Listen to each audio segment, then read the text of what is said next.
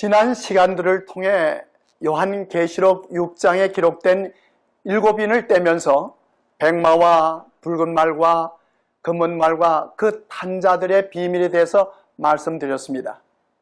오늘 이 시간에는 청황색 말과 그 탄자의 비밀에 대해서 말씀드리고자 합니다. 계시록 6장 7절과 8절에 넷째 인을 떼실 때 내가 넷째 생물의 음성을 들으니 가로되 오라 하기로 내가 보매 청황색 말이 나오는데 그 탄자의 이름은 사망이니 음부가 그 뒤를 따르더라. 저희가 땅 4분지의 1의 권세를 얻어 검과 흉년과 사망과 땅의 짐승으로서 죽이더라고 했습니다. 이 넷째 인을 떼실 때 나타난 청황색 말은 7 교회에 대한 예언 가운데 넷째 교회인 두아디리아 교회 시대와 같은 것입니다.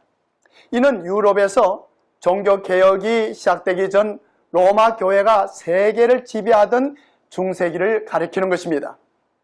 청황색 말은 교회가 타락하고 부패하여 영적으로 죽은 자의 상태와 같은 것을 나타내는 것입니다. 기원전 9세기에 그리스의 시인인 호모는 말하기를 청황색은 전통적으로 공포와 죽은 시체의 색으로 인식됐다. 그리스에서는 이 색이 특히 공포를 상징하는 것으로 인식되어 왔다고 했습니다. 둘째 인을 뗄 때 나타난 붉은 말, 셋째 인을 뗄 때 나타난 검은 말에 이어 넷째 인을 뗄 때 나타난 말의 색깔이 청황색인 것은 그 상태가 훨씬 더 혐오스럽고 공포스러움을 나타내는 것입니다. 그리고 이 청황색 말을 탄 자 역시 공포의 사자로서 상징되어 그 이름이 사망이었습니다. 청황색 말을 탄 자란 중세기에 수많은 사람을 죽였던 배도한 로마 교회 교권을 지칭하는 것으로서 한 기록에는 가장 무섭고 소름 끼치는 모양과 도무지 알 수 없는 모습을 한 이 형상은 세상 교회 지도자들이 사람의 마음을 잃어버리고 악마의 야비스러운 짐승, 곧 죽음의 본성을 쓰고 불과 칼 때문에 선한 양심을 버리기보다는 죽음을 택한 사람들을 모두 죽인 시대를 가르쳐준다. 이 넷째 인은 교황 세력으로 말미암아 박해의 불길이 타오르던 당시 교회의 형편을 잘 대변해 주고 있다고 했습니다. 성경 역사를 보면 이 하나님의 백성이었던 이스라엘 민족의 역사에서 여러 번 그 백성이 배도하고 타락했던 것을 보게 됩니다. 그럴 때마다 하나님께서는 당신의 선지자들을 보내 경고하셨습니다. 이 넷째 말인 청황색 말 시대가 이 7 교회 중에 넷째 교회인 두아디리아 교회 시대로서 계시록 2장 20절과 24절에 보면 이 두아디리아 교회의 타락한 영적 특징에 대해서 이세벨과 사단의 깊은 것을 말씀했습니다.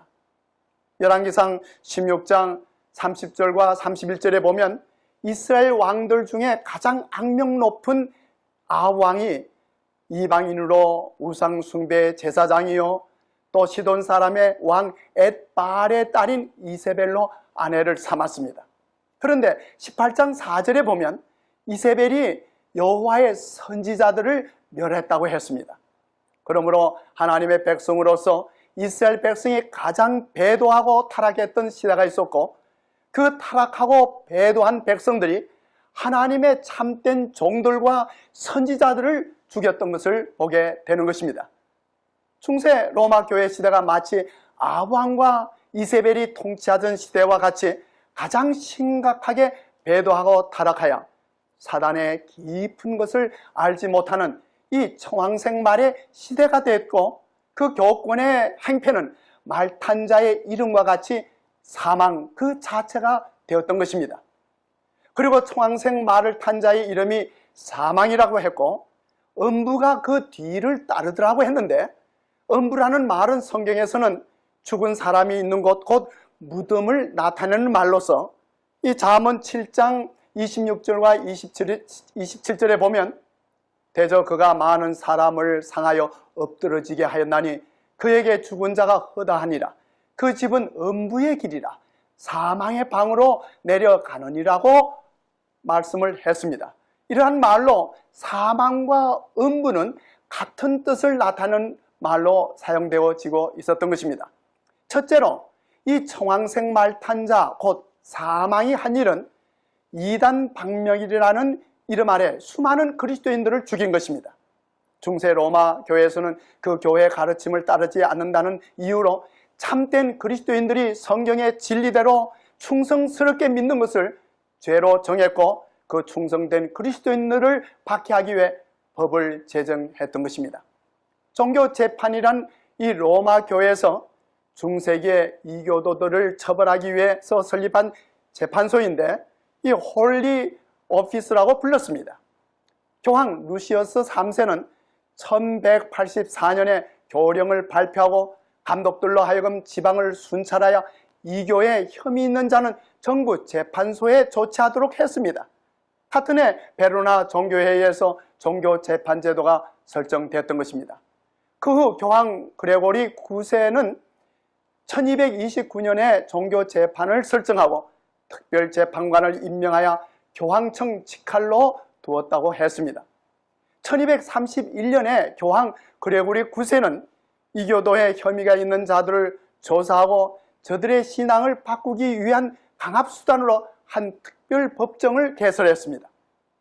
그리고 1542년에는 이 종교재판제도를 공의회에서 관장하도록 했습니다. 그리하여 종교재판, 특히 중세의 막바지에 스페인에서 자행했던 종교재판은 교회 역사에 있어서 가장 어두운 기록의 하나로 분류될 수 있다고 했습니다. 그리고 1252년에 교황 인노센트 4세는 이단에 대한 고문 행위를 인준했으며 이로써 고문은 종교재판의 심리 과정에 있어 필수적인 절차의 하나로 인정받게 됐습니다. 그리하여 이 종교재판과 더불어 극심한 고문이 실시되었는데 그것은 고소당한 사람의 손과 발을 묶고 뒤로 눕혀서 밧줄로 감아 죄이는 기계로서 긴 평판의 고문대가 있었습니다. 이 고문 과정으로 관절이 탈골되어 격심한 고통을 일으키게 했습니다. 또한 날카로운 칼날과 송곳들이 쭈삣쭈삣하게 나온 롤러로 앞뒤로 굴리기도 했습니다. 또한 집게로 손톱을 뽑아내거나 신체의 민감한 부분들을 뜨겁게 찢어대기도 했습니다. 로마 교회의 가르침을 반대한 사람들의 귀와 입속에 끓는 납을 부어 넣기도 했습니다. 눈을 도려내는 일도 있었고 긴 못들이 박혀있는 낭떠러지 아래로 밀어 떨어뜨려 거기서 말 못할 고통으로 덜덜 떨다가 서서히 죽어가기도 했습니다. 한 기록에는 희생자들을 옷을 벗긴 후 단단한 줄로 등 뒤에다 손을 묶었다. 그래서 발에 온몸의 무게가 주어지도록 하다가 도르래를 작동시켜 몸을 공중에 매달리게 하거나 혹은 떨어뜨리기도 하고 갑자기 줄을 당겨서 신체 관절들을 탈골시켰다. 이러한 고문이 가해지고 있는 동안 사제들은 십자가를 들고서 이단자들에게 그들 신조를 취소시키려고 발부둥치곤 했다고 했습니다. 이 리드 페트 세계사에서는 이 네덜란드 종교재판소에서 행한 일을 사파로 실었습니다. 이것은 21명의 개신교도들이 나무에 대롱대롱 매달려 있는 그림입니다. 사닥다리 위에 있는 한 남자가 곧 교수형을 당하려고 하고 있는데 그 아래에는 십자가를 들고 있는 사제가 보이는 것입니다. 그리고 로마 교회는 저희의 교령을 강제로 실행하기 위해 군병들을 모집했습니다. 1209년에 베지에로스 도시는 이단자들을 소탕하는 군대에 종사하므로 그들이 죽게 되면 연옥을 걸쳐서 바로 하늘에 들어갈 것이라고 이러한 약속을 교황으로부터 받았던 사람들에 의해서 점령을 당했습니다. 이 도시에서 6,000여 명이 칼에 죽임을 당했습니다. 1211년 라바루에서는 400명의 개신교인들이 산채로 화형을 당했습니다. 한 기록에는 박해 칼잡이들은 아침에 대미사에 참석했고 그 후 다른 고을들을 점령하려 나아갔다. 이러한 포위 공격으로 10만의 알비젠스 개신교도들이 죽임을 당했다고 했습니다. 실로 청황색 말탄자가 행한 일은 가공할 만한 일이었고 그 탄자의 이름은 사망이니 음부가 그 뒤를 따르더라는 말의 의미가 분명해지는 것입니다.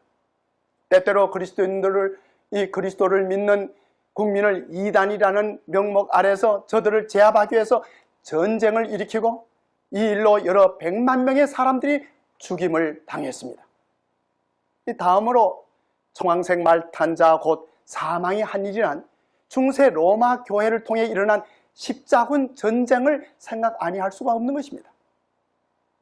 이 십자군 원정은 이 회개교도의 통치권으로부터 성지 예루살렘을 탈환하기 위해 로마 교회 지도하에 군대를 조직하고 원정을 행한 일인 것입니다. 기원 600년경부터 이 예루살렘을 위시하여 팔레스타인의 대부분을 이 회교회 아랍 계통의 민족이 통할하고 있었습니다. 이때만 해도 성지 예루살렘을 순례하는 일에 지장이 없었던 것입니다. 그러나 천년경 이 터키의 매우 사나운 셀주크족이 성지와 시리아 대부분을 장악하여 비잔틴 제국을 형성했던 것입니다. 1071년 터키가 예루살렘을 점령하게 되자 그리스도인들의 성지 순례가 방해를 받게 되었습니다. 그리하여 1095년 프랑스의 클레아몬트에서 교황 울반 2세가 큰 집회를 열고 터키로부터 성지를 회복하자고 역설을 했습니다. 이때 회중은 일어나 박수갈채를 보내면서 하나님은 그것을 이루실 것이라고 함성을 질렀던 것입니다. 십자군 원정에 의해 일어난 전쟁은 1100년 조금 전에 시작되어서 1300년 후반에 이르기까지 적어도 8차에 걸쳐 일어났던 전쟁인 것입니다. 십자군들은 훈련도 제대로 받지 못했고 무장도 빈약한데다가 1차 원정 때에는 만연 부녀자들과 어린아이들까지 참가했던 것입니다. 그리하여 1차, 2차는 전적으로 실패했고 어느 정도 성과가 좋았던 3차 원정을 제하고는 거의 모든 원정이 실패로 돌아갔던 것입니다. 이 일로 수많은 사람들이 죽임을 당했던 것입니다. 실로 청황색 말탄자는 그 이름이 사망이니 음부가 그 뒤를 따르게 되었던 것입니다. 그 다음으로 저희가 땅 4분의 1의 권세를 얻어 검과 흉년과 사망과 땅의 짐승으로서 죽이더라고 했습니다. 땅 4분의 1의 권세란 계시록 7장 1절의 땅의 사방의 의미가 온 세상을 가리키는 것으로서 땅 4분의 1은 역시 온 세상의 4분의 1에 해당되는 것으로 당시 중세 로마 교권의 영향력이 얼마나 넓게 미쳤는지를 알 수가 있는 것입니다. 그리고 검과 흉년과 사망과 짐승이라는 이 네 가지 표현이 언급되어 있는 것입니다. 여기에서 검, 곧 칼은 전쟁을 의미하고 흉년은 기근을 의미하는 것으로서 전쟁 후에는 항상 기근이 뒤따르게 되는 것입니다. 그리고 세 번째로 언급된 사망이라는 단어가 이 유대인의 70인 성경에서는 온역으로 되어 있습니다. 그러므로 기근 후에는 온역 곧 유행병으로 사람들이 죽게 되는 것으로서 땅에 또한 짐승으로서 죽이더라는 말은 이 짐승은 바로 나라를 상징하는 것으로서 이는 로마 교회가 나라들을 충동하여 수많은 전쟁을 일으킨 사실을 의미하는 것입니다.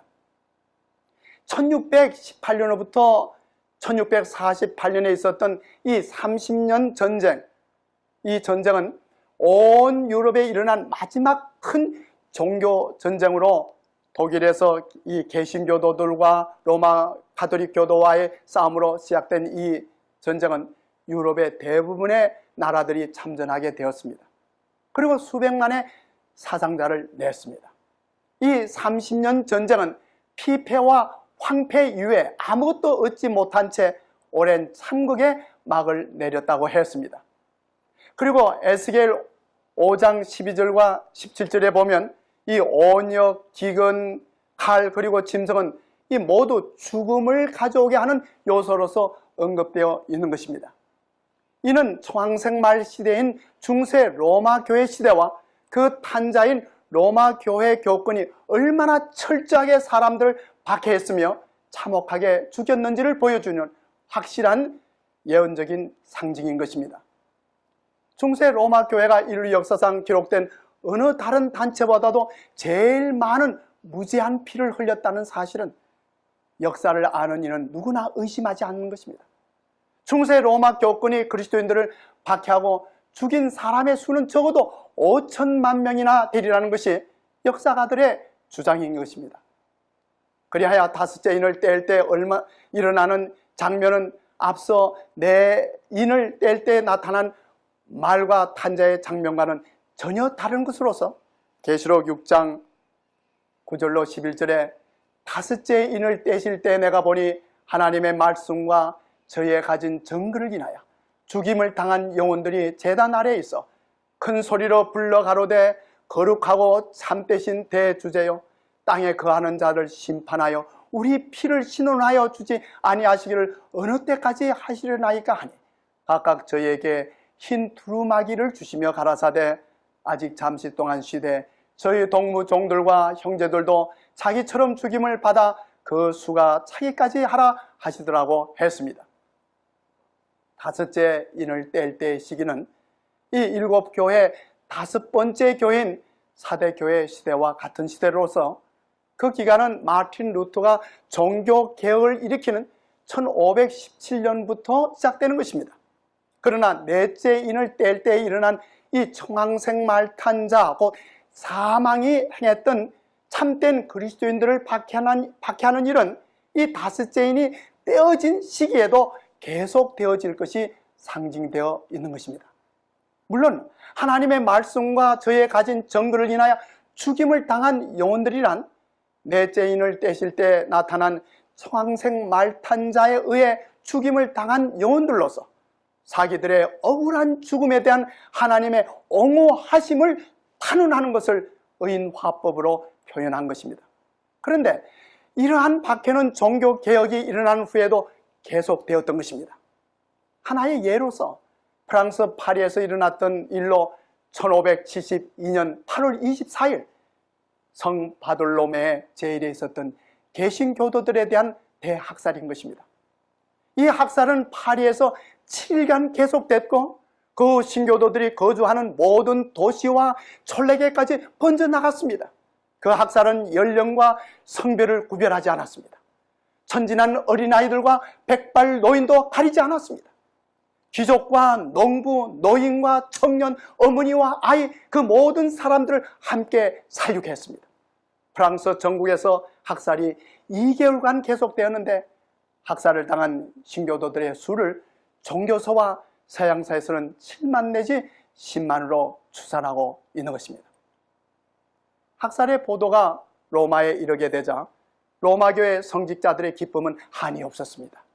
이때에 있었던 기록으로 성 안젤로에서는 축포를 쏘았고 모든 교회 종탑에서는 종소리가 울려 퍼졌고 법왕 그레고리 13세는 주기경과 중요한 성녀들을 데리고 큰 행렬을 지어 성 루이의 교당으로 갔는데 그는 위엄을 갖추고 하나님과 성 루이에게 감사를 드리고자 나아갔다고 했습니다. 그리고 교황은 이 사건을 기념하는 메달을 주도하도록 명령했는데 그 메달에는 한 손에 칼을 다른 한 손에는 십자가를 들고 있는 한 천사와 그 앞에서 두려워하는 한 무리의 유구노 교도들의 그림이 들어있고 1572년 유구노 교도들의 살육이라는 말이 새겨져 있는 것입니다. 바티칸 궁전에서는 이 바사리의 그림으로 실제로 학살을 하고 있는 장면들이 그려졌고 오늘날 파리 국립장서원에는 성 바돌로메 제일의 대학살의 판화가 소장되어 있는 것입니다. 이스라엘의 역사에 있어서 가장 배도했던 이 아합 왕과 이세벨이 통치하던 시대에도 열왕기상 이 19장 18절에 보면 하나님께서는 엘리야에게 말씀하시기를 내가 이스라엘 가운데 7천인을 남기리니 다 무릎을 바알에게 꿇지 아니하고 다 그 입을 바알에게 맞추지 아니한 자들이라고 했습니다. 이와 마찬가지로 배도한 중세 로마 교회 시대에도 참된 그리스도인으로서 주님께 충성했던 백성들이 있었습니다. 주님께서는 순결한 신앙을 저버리지 아니함으로써 핍박을 받고 순교를 당한 이 순교자들에게 각각 흰 두루마기를 주시겠다고 약속하셨습니다. 계시록 3장 5절에서도 이 청황색 시대 교회와 같은 이 4대 교회 주신 약속에는 이기는 자는 이와 같이 흰옷을 입을 것이요 그 이름을 생명책에서 반드시 흐리지 아니하고 내가 그 이름을 내 아버지 앞과 그 천사들 앞에서 시인하리라고 하셨습니다. 이들 순교자들이 비단 배도한 로마 교권에 의해 억울하게 죽임을 당했지만 주님께서는 저들을 순결하고 참된 신앙에 대한 승리자로 인정하시고 저들로 하여금 승리의 흰옷을 입어 하늘에서 영원히 살게 할 것을 약속해 주신 것입니다. 오늘날도 하나님의 말씀에 의한 충성스러운 신앙을 주님께서는 귀중하게 생각하시고 그들을 참된 성도로 구원하여 영원한 생명을 허락하시는 것입니다. 오늘날도 참으로 역사는 반복되고 있는 것입니다. 오늘날 교회가 얼마나 때로는 타락하고 배도하고 세속화되어 가고 있는지 모릅니다. 얼마나 많은 교회와 그 교회의 신앙이 하나님의 거룩한 말씀에서 멀리 떠나가고 있는지 모릅니다. 이러한 때 하나님께서는 참으로 당신의 말씀을 통해서 당신의 성령의 감화를 통해서 오늘도 간청하고 계십니다. 하나님의 말씀으로 돌아오라는 것입니다. 하나님의 참다운 진리의 말씀으로 돌아와서 우리는 하나님의 뜻대로 주님을 섬겨야 할 것입니다. 오늘 우리의 신앙의 연한이 몇 년이라는 것이 중요한 것이 아닙니다. 오늘 우리의 교회에서 갖는 우리의 신앙의 교회의 어떤 직책이 중요한 것이 아닙니다. 하나님의 말씀을 따라서 진실되게 우리의 신앙을 가져야 할 것입니다. 나더러 주여 주여 하는 자마다 다 천국에 들어갈 것이 아니요 내 아버지의 뜻대로 행하는 자가 천국에 들어가리라고 말씀을 하셨습니다. 오늘날도 참으로 배도가 넘치고 있습니다. 오늘날도 타락성이 넘치고 있습니다. 오늘도 불의가 넘치고 있습니다. 오늘도 교회 안에는 참으로 하나님의 말씀을 떠난 경향이 너무 심각합니다. 이러할 때 정말 하나님의 거룩한 성령께서는 오늘도 이 마지막 구원을 위하여 호소하시기를 하나님의 진리된 말씀으로 돌아오도록 호소하시는 것입니다. 때는 얼마 남지 않았습니다. 이 긴급한 시대, 이 은혜의 시에, 이 구원의 시기에 오늘 우리는 하나님의 거룩한 말씀을 따라 우리의 참다운 신앙을 바로 세워야 할 것입니다. 이러함으로 하나님의 거룩한 성도로 인정을 받고 우리 주님께서 주시는 승리의 흰옷을 입게 되는 사랑하는 믿음의 가족들 되시기를 주님의 이름으로 축원합니다.